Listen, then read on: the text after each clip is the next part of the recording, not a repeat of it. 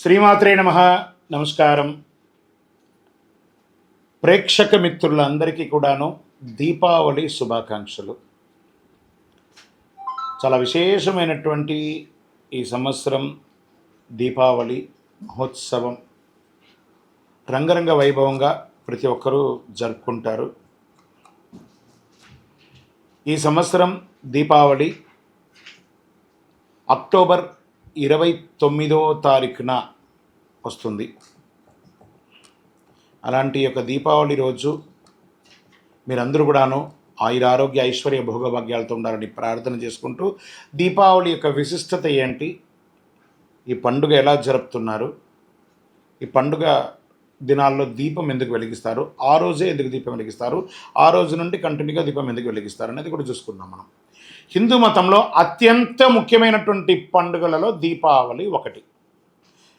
ఈ దీపావళి వచ్చిందంటే పెద్దవాళ్ళ దగ్గర నుంచి చిన్న పిల్లల వరకు చాలా ఆనందంగా సరదాగా గడుపుకునే ఒక పండుగ.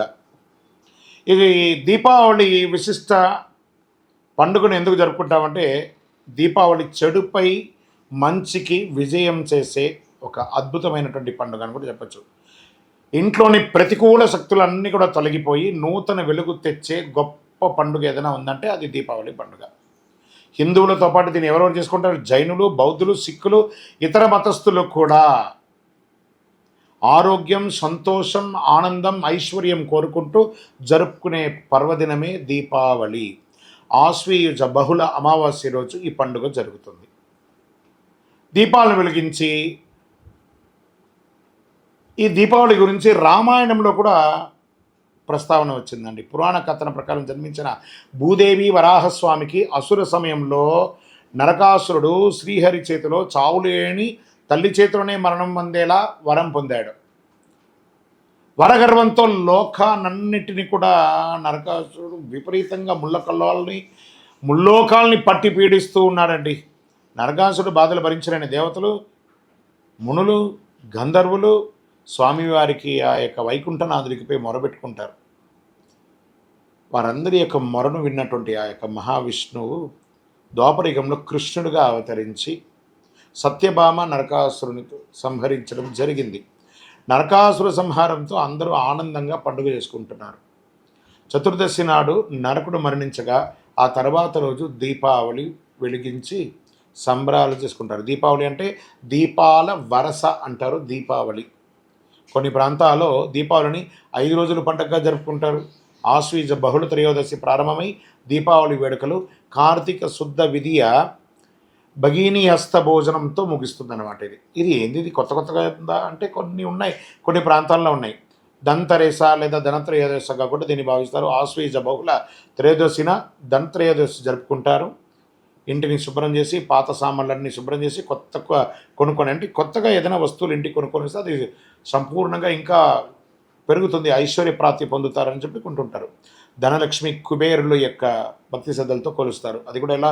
యక్షాయ కుబేరాయ వైశ్రవణాయ ధన ధాన్యాధిపతయే ధనం ధాన్యం సమృద్ధిం దేహి దేహి తాపే స్వాహ అని చెప్పి మంత్రం చెప్పుకుంటూ బంగారు, వెండి, ధనం ఇవన్నీ కూడా పెట్టి పూజ చేస్తారు దేవుడి దగ్గర. అమృతం కోసం క్షీరసాగరాన్ని మదించినప్పుడు ధనత్రయోదశి రోజే లక్ష్మీదేవి ఉద్భవించినట్టు పురాణాలు కూడా తెలపడం జరుగుతుంది. అందుకే ఈరోజు తనను పూజించిన వారికి లక్ష్మీదేవి సంపూర్ణ అనుగ్రహం ఇస్తుంది. ఏ వస్తువు ఇంటికి తెచ్చినా అది సమృద్ధి అవుతుంది అంటారు అనమాట. మళ్ళీ ధన్వంతరి జయంతి అంటారు. ఆరోగ్యం ఇప్పుడు ఎవరికైనా కావాల్సిందంటే, నాకు ఆరోగ్యం బాగుంటే చాలు, నేను అన్నీ బాగుంటానంటారు కదా. ఆరోగ్యానికి మందులకు అధిపైనటువంటి ధన్వంతరి జయంతి కూడా ఈరోజు దీపావళి రోజే ధన్వంతరి పుట్టినరోజు. ఆరోగ్యమే మహాభాగ్యం. అలాంటి మహాభాగ్యానికి అవసరమైనటువంటి ఔషధ గుణాలు అన్నీ కూడా ఆయనలో నిర్మితమైనటువంటి ధన్వంతరి. ఆయన కూడా క్షీరసాగర మదనంలో లక్ష్మీదేవి, కామధేను, కల్పవృక్షం, ఐరావతం లాంటి దివ్య శక్తులతో పాటు ధన్వంతరి కూడా ఆవిర్భవించారు. ఒక చేతిలో అమృత కలశాన్ని పెట్టుకొని మరొక చేతిలో ఆయుర్వేద గ్రంథాలతో పెట్టుకొని పాల సముద్రం నుంచి తరలి వచ్చారనమాట స్వామివారు. అందుకే ఆరోగ్యం కోసం, అనారోగ్యం నుంచి శీఘ్ర ఉపశమనం కోసం ధన్వంతరిని పూజించి లక్ష్మీదేవిని పూజించి సంతోషిస్తారు. ఎందుకంటే ఆయన సాక్షాత్ శ్రీమన్నారాయణుడే కాబట్టి. అందుకే ఆయుర్వేద వైద్య చికిత్స ప్రారంభించినప్పుడు ధన్వంతరిని స్మరించుకుంటారు. కాబట్టి ప్రతి హాస్పిటల్లో చూడండి ఒక ధన్వంతరి ఫోటో కూడా ఉంటుంది ప్రతి చోట. ధనత్రయోదశి ఆరోగ్యానికి మహాభాగ్యాన్ని ఇస్తుంది. దీపావళి అమావాస్య ఆశ్వయుజ అమావాస్య రోజున దీపావళి పండుగ సమయంలో ఇంటిని శుభ్రం చేసి రకరకాల పిండి వంటలు తయారు చేసుకుంటారు. పిల్లలందరూ పటాకులు బాణాసంచాలన్నీ కూడా కాలుస్తుంటారు. సంధ్యా సమయంలో గోగు కర్రలతో గుడ్డ పీలికతో కాగడాలు కట్టి వెలిగిస్తారు.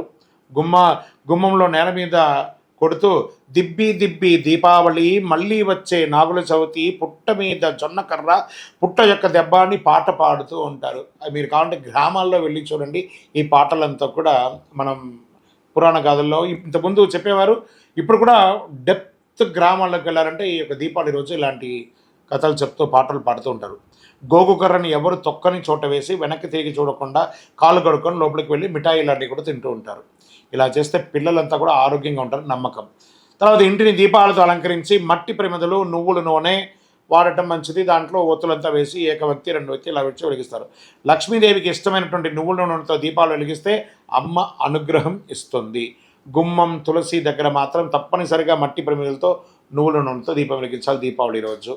ప్రదోష సమయంలో అంటే సాయం సంధ్యా సమయంలో ఇట్లా 6 నుంచి 7 మధ్యలో ప్రదోషకాలం ఉంటుంది. దేవి పూజ చేస్తారు. ధనలక్ష్మి పూజ ఈరోజు చేస్తే ధనధాన్యాలు అష్టైశ్వర్యాలు సమృద్ధి అవుతుందట దీపావళి రోజు. దీపావళి రోజున లక్ష్మీ పూజతో వ్యాపారం అభివృద్ధి చెందుతుంది. కొత్త బంగారం వెండి ఆభరణ పూజలు పెడతారు. భగినీ హస్త భోజనం ఇది బాగా వినండి. దీపావళికి దీనికి ఏం లింక్ ఒకసారి చెప్తాను వినండి. ఈరోజు యమ ద్వితీయ బాయాదూజ్ జరుపుకుంటారన్నమాట.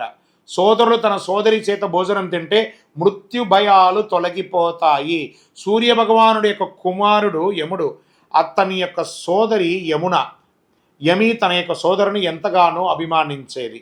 నిత్యము తన మిత్రులతో గడుపుతూ ఎన్నోసార్లు కోరినా ఏదో ఒక పని క్షణం కూడా తీరిక లేకుండా సోదరుడి ఇంటికి యముడు వెళ్ళలేకపోతాడనమాట. ఈ పరిస్థితిని యమున కార్తీక శుక్ల విధి నాడు తప్పకుండా రమ్మని ఆహ్వానిస్తూ వాగ్దానం తీసుకుంటుంది. దీనికి యముడు, నన్ను ఎవరు ఇంటికి పిలవరమ్మా, అయినా నువ్వు నా తోబొట్టువి, నువ్వు నన్ను ఇంటికి పిలుస్తున్నావు ఆడపడుచు అని చెప్పి ఆనందంగా వెళ్ళి తీరాలని నిర్ణయించుకొని ఆ చెల్లెలు ఇంటికి వెళ్తాడు. యమధర్మరాజు ఇంటికి వస్తే మనం యాక్సెప్ట్ చేస్తామా? ఊహించుకోండి, మరణమే కదా. కానీ ఆయన వాళ్ళ చెల్లెలు పిలవగానే ఆ చెల్లి యొక్క ప్రేమతో ఆడికి వెళ్తుంది. అలా వచ్చిన సోదరుని చూసి కాలు కడిగి అతనికి చక్కగా అభ్యంగ స్నానాలు చేయించి పట్టు వస్త్రాలంతా ఇచ్చి తిలకం దిద్ది స్వయంగా వండిన పదార్థాలను ప్రేమతో కొసరి వడ్డించి సోదరి ఆతిథ్యానికి ముప్పు తిప్పలైపోయాడు యమధర్మరాజు. సంతోషించి యముడు ఆమెని వరం కోరుకోను, అమ్మా నీకేం కావాలో కోరుకొని నేను ఇస్తాను అని అంటున్నాడు. సోదరుల మధ్య ఆప్యాయతకి పర్వదినం ఆదర్శం. నాకు ఏం అక్కర్లేదు నాన్న, ప్రతి సంవత్సరం ఇదే విధంగా నా ఇంటికి నువ్వు విందుకు రావాలి అని కోరుకుంటుంది. తదాస్తుని వెళ్ళిపోతాడు. దీపావళి మరునాడు వచ్చేది బలిపాడ్యమి అంటారు దీన్ని. చతుర్దశి నాడు విష్ణుమూర్తి వామనుని రూపంలో పాతాళానికి అణిచివేసిన బలిచక్రవర్తి మళ్ళీ భూమి మీదకి తిరిగి వచ్చే అద్భుతమైనటువంటి రోజును కూడా చెప్పచ్చు. బలికి పూజలు చేస్తాం. మహారాష్ట్ర వాసులు ఇటు పూణే ఇటు గుజరాత్ ఆ సైడ్లో అంతా వాళ్ళంటే ఈరోజు నవదినంగా భావిస్తూ ఉంటారు. గుజరాతీలు కూడా ఇది ఉగాది, వాళ్ళకి ఇది ఉగాది కూడా. నందగోపాలుడు గోవర్ధనగిరిని ఎత్తి రేపలను కాపాడిన పర్వదినం కూడా దీపావళి. ఇంత అద్భుతమైనటువంటి దీపావళి రోజు అందరూ కూడా ఆయురారోగ్య ఐశ్వర్యాలతో ఉండాలండి. నూతన బట్టలు ధరించండి. పటాకులు బాణాసంచులు పిల్లల చేత కాల్చేటప్పుడు పెద్దలు వాళ్ళ మీద దృష్టి పెట్టి ఏ విధమైనటువంటి ఇబ్బంది కలగకుండా అందరికీ మీకు తెలిసిన వారికి అందరికీ కూడా తీపి వంటలన్నీ కూడా తినిపించి ఆనందంగా ఉండండి. మీ జీవితంలో కూడా ఎంతో సుఖాలు పొందాలని ఆ అఖిలాండ కోటి బ్రహ్మాండ నాయకుడు శ్రీ ధర్మశాస్త్ర అయ్యప్ప స్వామి వారి 18 అవతారాల దేవాలయంలో కొలువున్న జీవశాస్త్ర జీవకోణ తిరుపతిలో ఉన్నటువంటి స్వామివారిని ప్రార్థిస్తున్నాను. విజయోస్తు.